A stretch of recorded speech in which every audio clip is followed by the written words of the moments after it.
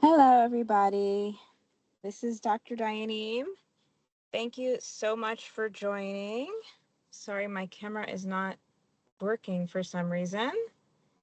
I am very pleased to welcome you to the Research and Scholarship Collaborative.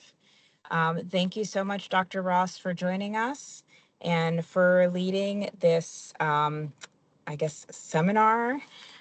We are really happy to have you here, and I'm really happy to hand it over to you. We have the recording going, and I'm sure it's going to be really exciting, and I'm going to post this afterwards so everybody can also view it at their leisure.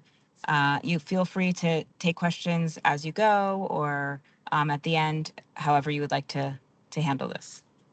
And I'll be on the call. Thank you.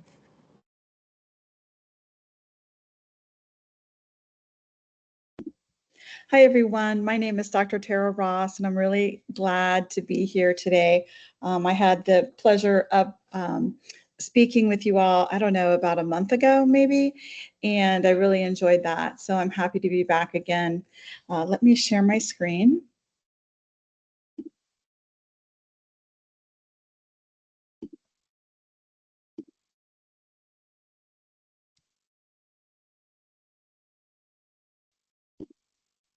Can everybody see that?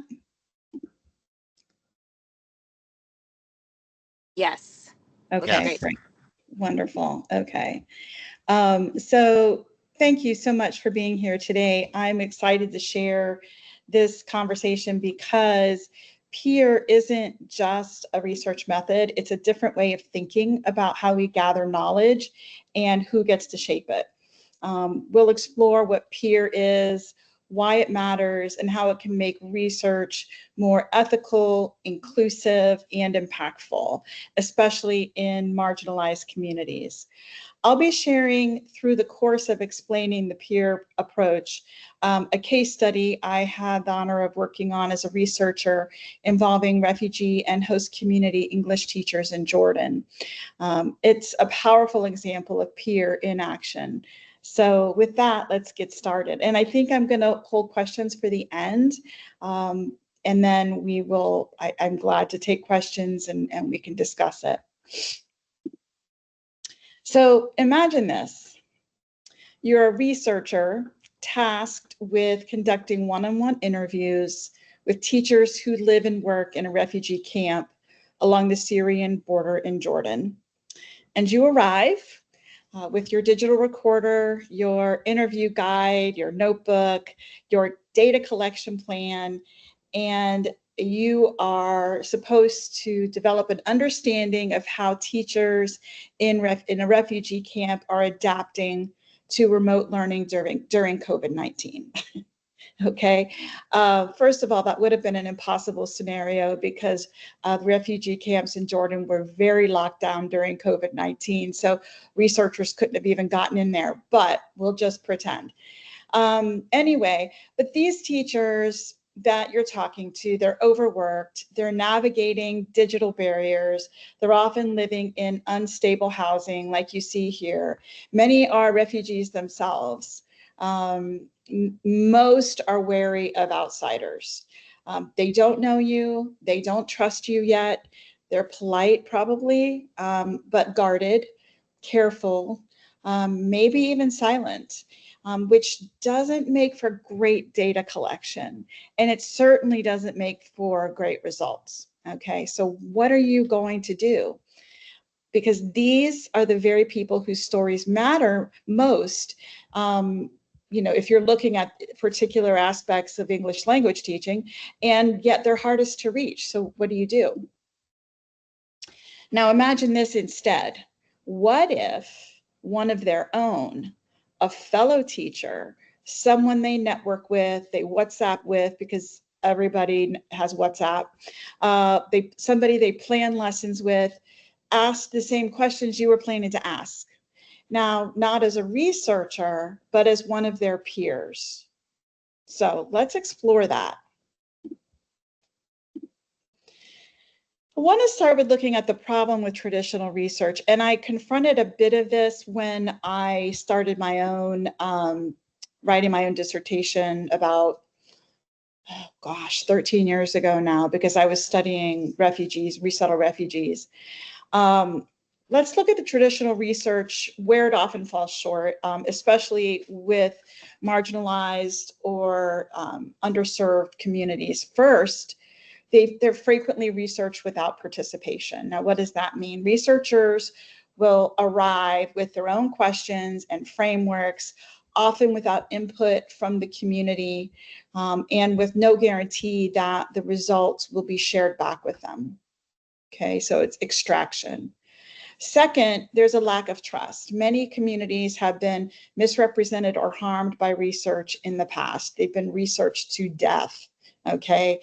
And often in a way that doesn't accurately represent their perspectives. So that history creates hesitation, it creates silence, a lot of guarded responses. Third, there's often a cultural or contextual disconnect.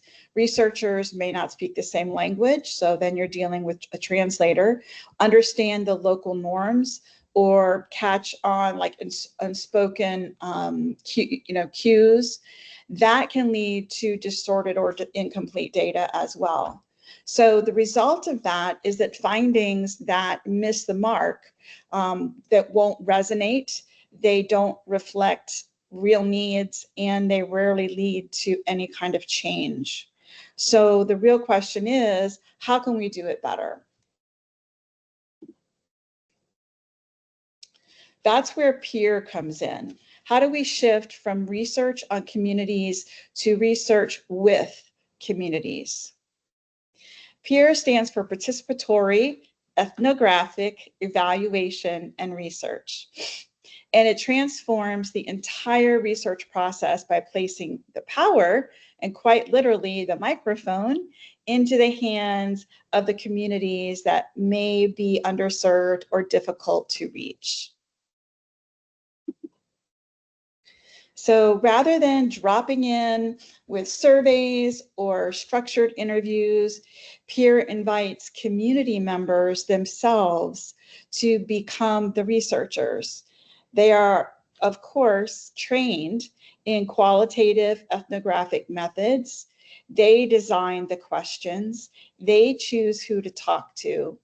They conduct interviews in ways that feel natural and safe, often through conversation in their own language, unrecorded by a digital recording device, with the researcher taking, or the peer researcher taking notes, with people they already trust. The result is honest, contextually grounded data that reflects how people really live, think, and experience the issues we're trying to understand. But even more than the data, it's about shifting power. Peer values the insider perspective. It treats knowledge as something that's co-created, not extracted. And for communities that are often silenced, stereotyped, or overlooked, peer offers something rare and essential, which is a way to tell their own stories on their own terms. So who is peer best suited for? Because it's not a one-size-fits-all methodology, and not every study is perfect for peer, okay? In the right context, it's incredibly powerful.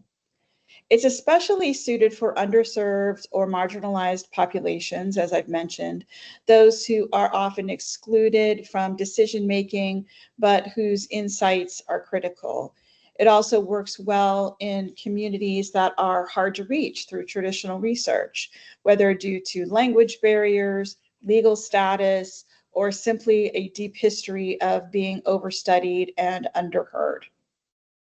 So peer really thrives when you have a tight-knit community with strong internal trust, where people are more likely to open up to someone who shares their own world. And it's ideal for communities that are culturally or contextually distinct from the mainstream, where outside methods might miss some nuance or even cause harm. So think refugee teachers like we interviewed, informal workers, LGBTQ plus youth, unhoused populations, incarcerated individuals, indigenous leaders, cancer survivors, people living with HIV, or individuals with disabilities. These are all communities where peer can make research not just more ethical, but more meaningful.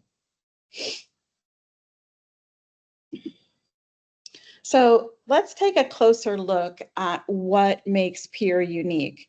It's not just in theory, but in practice. So at its core, peer trains community members as ethnographers.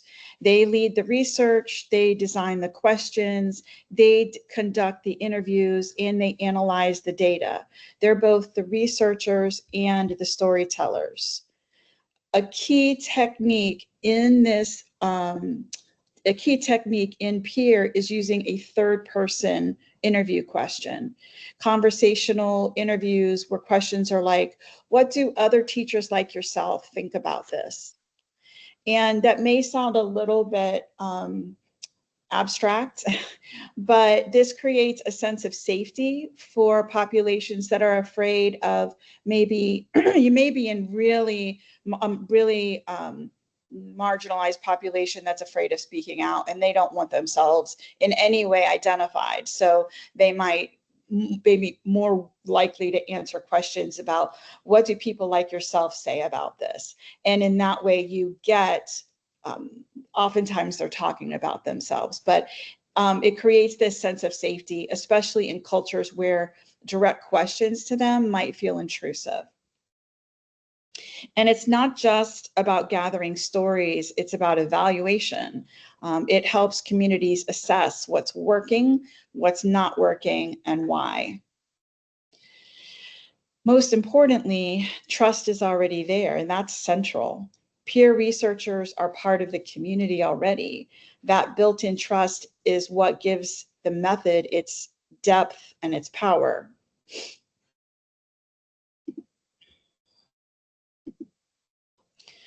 One of the most powerful things about peer is how it transforms the research relationship. Instead of being subjects, community members become researchers, and they shape the questions, drive the inquiry, and in doing so, build skills for future self-advocacy. So you're also offering them an opportunity to upskill, if you will. Because peer researchers are insiders, they bring that cultural knowledge, language, trust, making the data more honest, nuanced, and grounded in real experience. And just as importantly, peer helps correct misrepresentation by ensuring that communities tell their own stories in their own voices. So let's look at ethics, trust, and advocacy. These aren't just research checkboxes that ethics and trust, go into chapter 3 of your dissertation. They're the foundations of meaningful engagement. So peer responds to a long history of extractive research. Beginning with, and we learn about this in our methods classes about ethical research, it began with the extraction upon people in concentration camps, right? And the Tuskegee people, and on and on and on, different populations have consistently been researched on rather than researched with, thus, of course, exploiting them, but also not getting great data, okay? So it responds to that history of extractive research by giving communities ownership over the questions, the analysis, and how the findings are used. And because those insights come from within the community, from within those conversations that happen from community member to community member, they often surface really urgent needs that external evaluations that are done more formally might miss. So This makes the data more actionable for local change, for advocacy, and for policy. And in this way, peer doesn't just observe the problems, it helps communities challenge them directly. So not only are peer researchers upskilling in their research skills, but they're also, networking, they're getting better at presenting their research, and all of these skills make them better advocates for their own communities. So peer is powerful because it amplifies voices that are often unheard due to displacement, migration, poverty, illness, stigma, whatever you want to call it. It creates space for those insights to be shared and valued.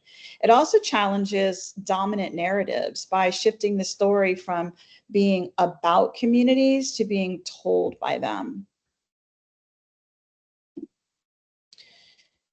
And it also offers a holistic understanding of somebody's lived experience.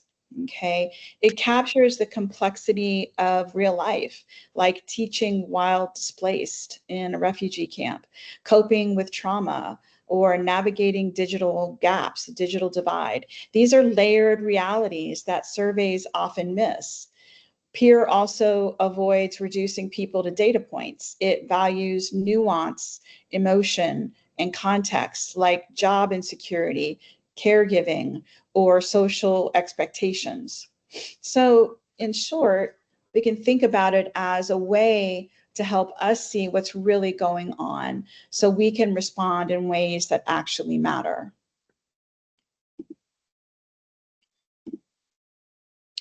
So now I want to cover, as an example, a case study, the case study overview that we're going to use tonight. And it comes from a research project that I joined back in 2021 that took place in Jordan. It was all done virtually on my part, not by the peer researchers' part, but by the co-researchers, the research team. We conducted it all from the United States, the UK, and United States and UK, because we couldn't have gotten into Jordan even if we wanted to.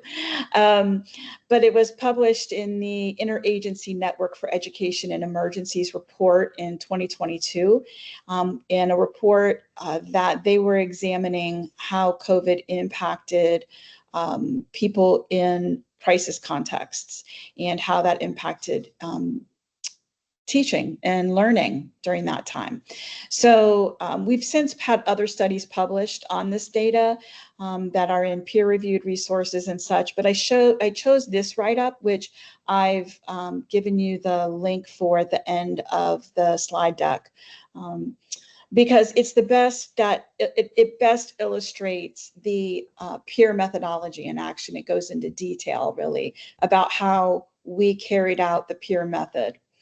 So this study explored how refugee and host community teachers engaged in professional development, which means they engage in professional development by working with us, but they also explored how teachers in these scenarios, in these refugee camps, got their own professional development and how they adapted their teaching for that environment, as well as in some cases they had to go virtual, and the range of virtual options that they had was wide and vast and deep. So this was in the face of very limited resources, limited funds, and of course the challenges of COVID.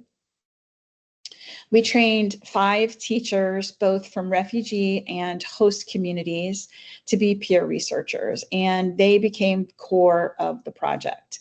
I conducted 6 trainings in qualitative research with them, and they went out and found 2 people from their network, 2 fellow teachers from their network, each of them, and of course, overall, that meant they conducted 10 interviews with fellow teachers. We also, the research team based in the US and the UK, interviewed the peer researchers themselves, both about their teaching practice, but also about what they learned. Obviously, we wanted that data as well. What they learned about the teacher participants, okay? And we wanted to better understand their experience with the method too, like how that worked in terms of developing the questions and using, and practicing them and then using them with the participants.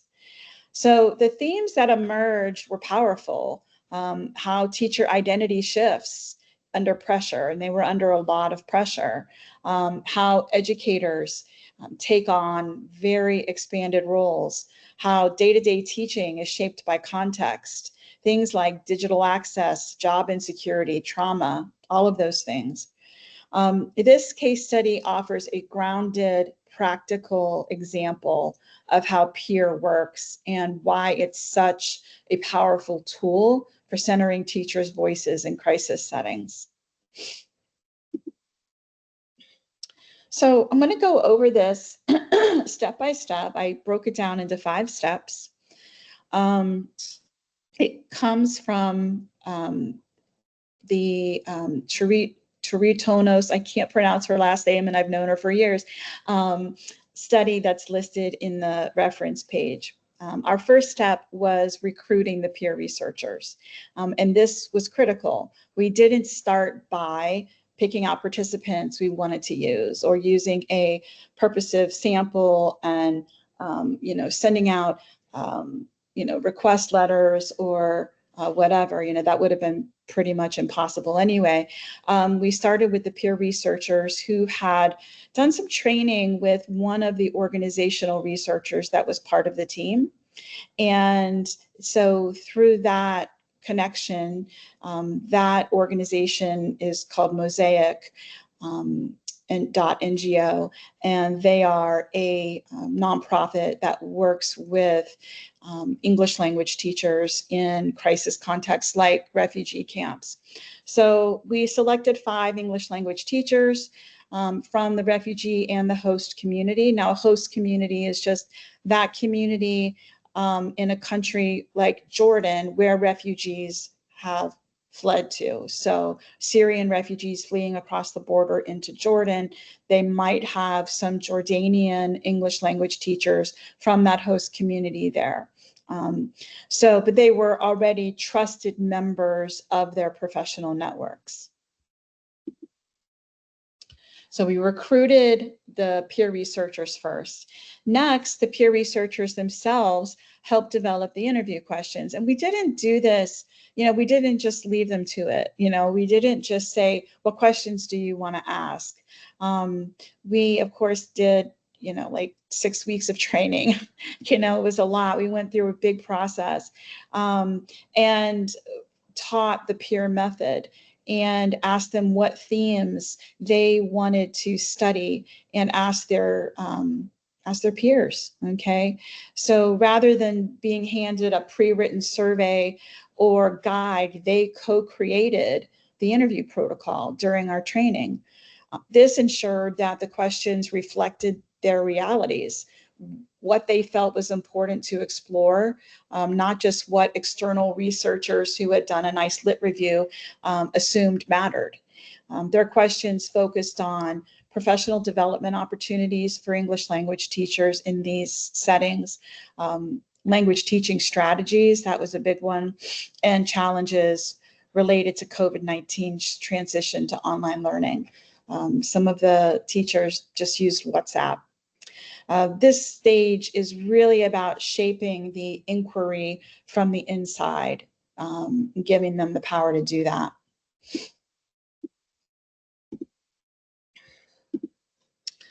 So once they had their interview prompts, and I would say they probably had 2 pages of interview questions, each peer researcher selected 2 peers from their own networks to interview.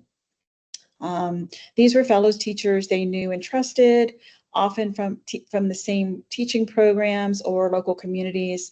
And because the researchers were insiders, there was already that rapport and familiarity built.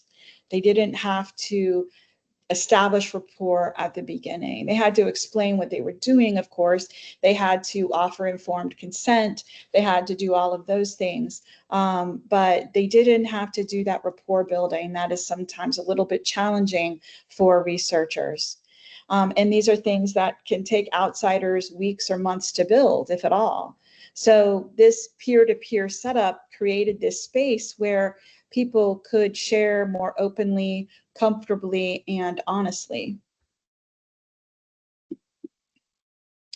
So the interviews themselves were conversational, and they used a unique third-person approach, meaning interviewees weren't asked directly about their own experiences. Instead, they were asked about other teachers like them. So for example, a question was, thinking about the role of an English language teacher in refugee settings, what does this role involve? How do teachers in refugee settings see their role in the classroom? And you may be interested to know like where this idea came from to use third person. The initial study of peer, where it was created, was in a 2002 study on sex workers, and very hidden community that was not willing to talk about themselves.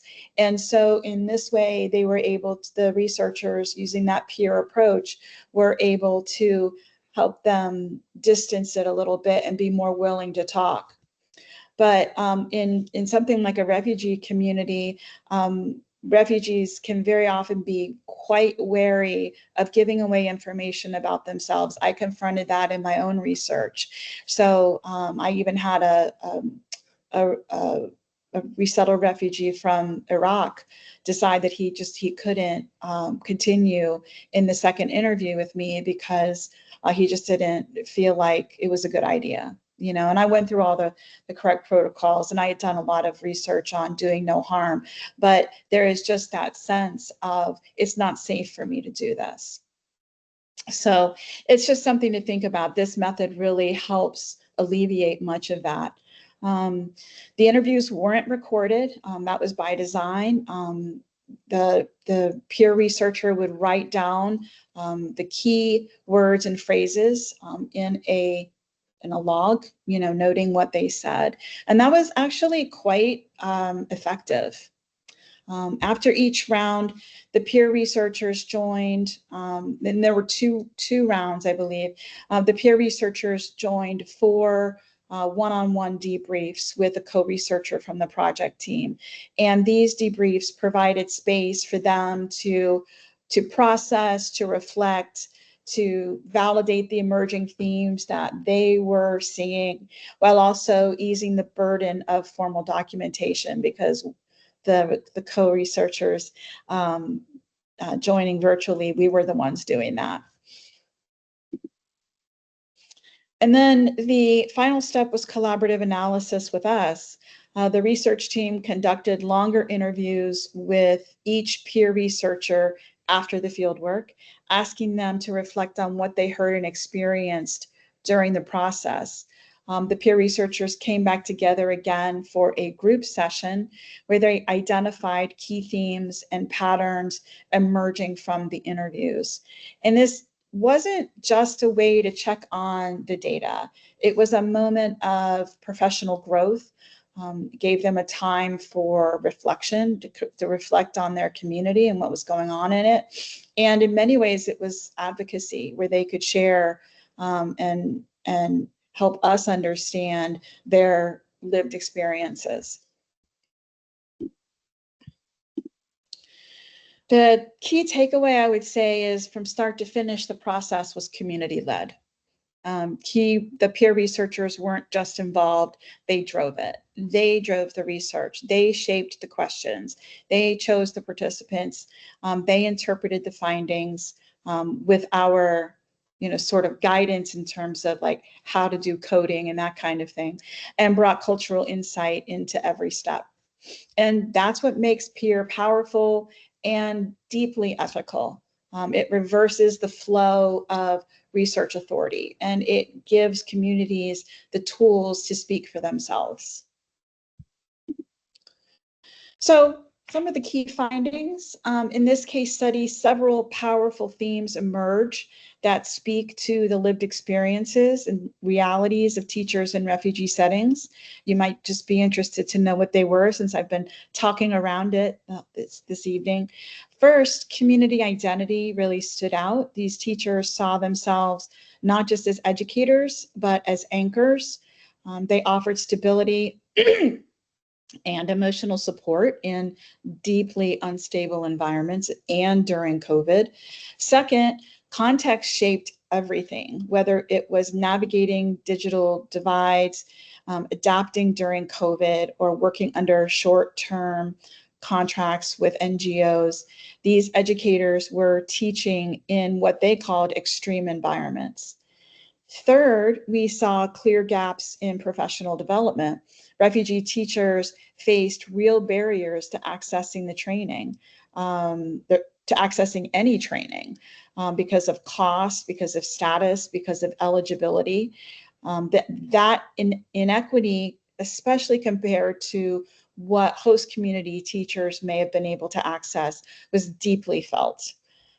Finally, their roles had expanded far beyond instruction. These teachers were mentors, they were emotional supports, they were even stand-in family figures. One peer researcher captured it perfectly, and you can see it on the screen. You are their father, their friend, and their teacher at the same time. And they were teaching secondary students and adults.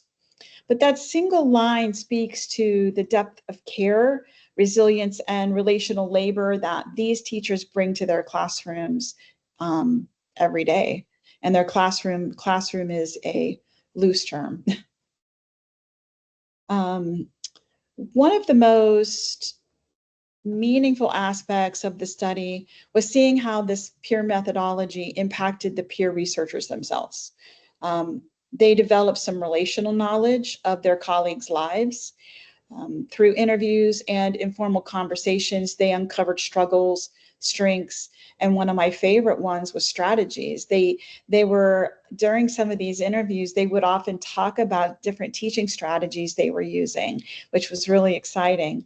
And these were strategies that often go unnoticed in formal education systems. Peer also enabled significant professional conversations, the kind that rarely happen in day-to-day teaching. So this was the teacher's lounge opportunity, so to speak. For some, it was the first time they'd talk to peers about what teaching really felt like in these settings, not just, oh, where did you get your next contract, right? Or what resources are you using? The process also built confidence in asking critical questions. Peer researchers gained, like I said, hands-on skills in conducting interviews, taking notes, navigating ethical decisions, and many expressed real excitement about using these skills in the future.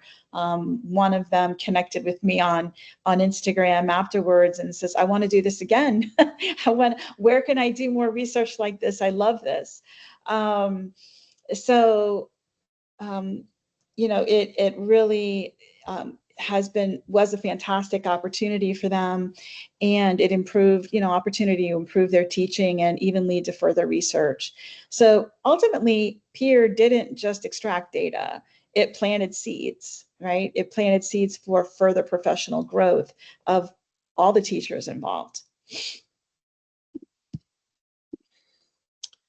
Beyond the data and the individual growth, it also created ripples of change within programs and communities. It helped program staff at the local NGOs that were signing, you know, offering the contracts to these teachers. It helped them understand local realities much more deeply. Things like barriers to remote learning, mental health strain, or the nuances of informal teaching networks. These aren't things you'll catch in a survey. Second, it enhanced trust and communication. So because peer researchers were embedded in the community, they served as a bridge between teachers and the program staff sometimes. And their involvement gave the research more legitimacy and groundedness. And third, it sparked community dialogue and actionable recommendations. Findings didn't just sit in a report. They were shared, they were discussed, they were reflected on in group analysis sessions. That feedback loop led to tangible ideas for how programs could evolve better to meet local needs and, future lockdowns or future crises. So peer turns research into something living and evolving, an ongoing conversation. In close, here's the big picture. Peer is an ethical, empowering, and inclusive methodology. It doesn't just ask communities for input, it invites them to co-create knowledge. It centers the lived experience and the lived expertise of people who are usually on the margins of research and treats them as partners, not as subjects.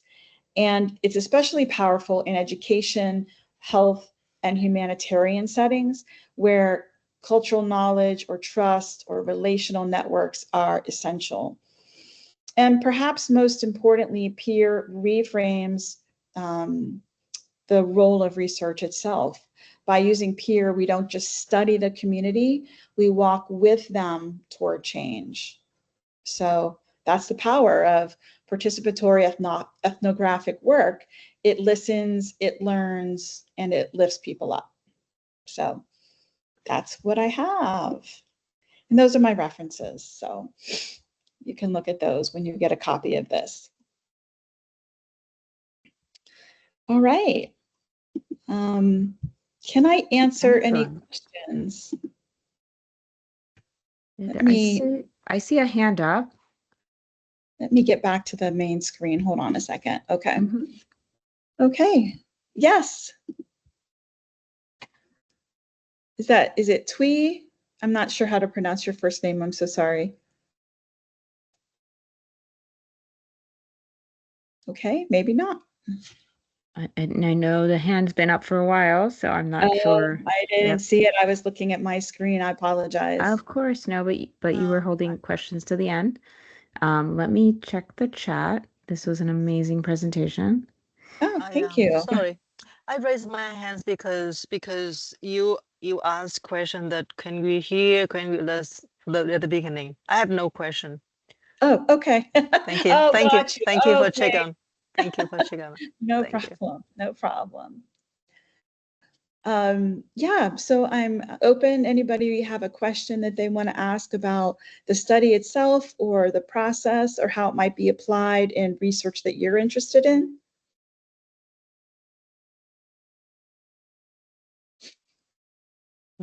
Actually, my research is on also psychology, narrative psychology. We do storytelling, and we are very close to what you are doing now. That's fabulous. Yeah, I like your presentation. It's very useful. Thank you. Thank you. Yeah, storytelling is really effective. I've worked with a group in Northern Ireland, former combatants in the Civil War there, and from all sides of the violence. And that culture is so grounded in storytelling that it's such a powerful way for them to go out into their communities and do their work, which is peacekeeping, basically, or peace building, I should say. So I love to hear that. Yeah. Thank you. We did not only say storytelling, but because my research focus on how educator, professors, teachers use storytelling and poetry, narratives, psychology in to get engaged with student and to have student to conduct the class more effectively and to get student get involved and also to help them to be more resilient, stronger. So so that's why we also use very similar research methods and research process that you are present today. It's participatory. It's participatory research where you have them ask questions. Yeah. Yeah, it's great. Yeah. So not exactly the same, but it's similar because you know that there are different ways to conduct research or collect data. Mhm. Yeah. But we also need to focus on the similar ways that you do, and maybe in the future I'm gonna adopt or modify, and then gonna use the product that you mentioned today. Thank you. I'm glad I could Mm, inspire. very, Very- very inspiring. Yes, Thank you. Thank you so much. you're very welcome. Okay. Anybody else? One of the things I considered is, it's not a methodological approach that's appropriate for every study or even most No. studies. It's really best for hard to reach communities, and hard to reach can mean there's some kind of um, wall, it's difficult to access, but it could Yeah, also be a community that is very it insular, is. very insular. So yeah, it's an effective approach. Yep. Thank you, So and then I enjoy your presentation, and have a good evening. thank you. Bye Too. bye. Thank Bye. you so much, Dr. Ross. Mm. Are there any other questions?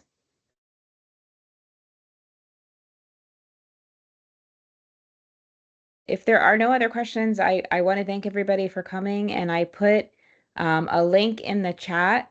If anybody is interested in participating in the RSC as a presenter, please go ahead and fill out that form to express your interest.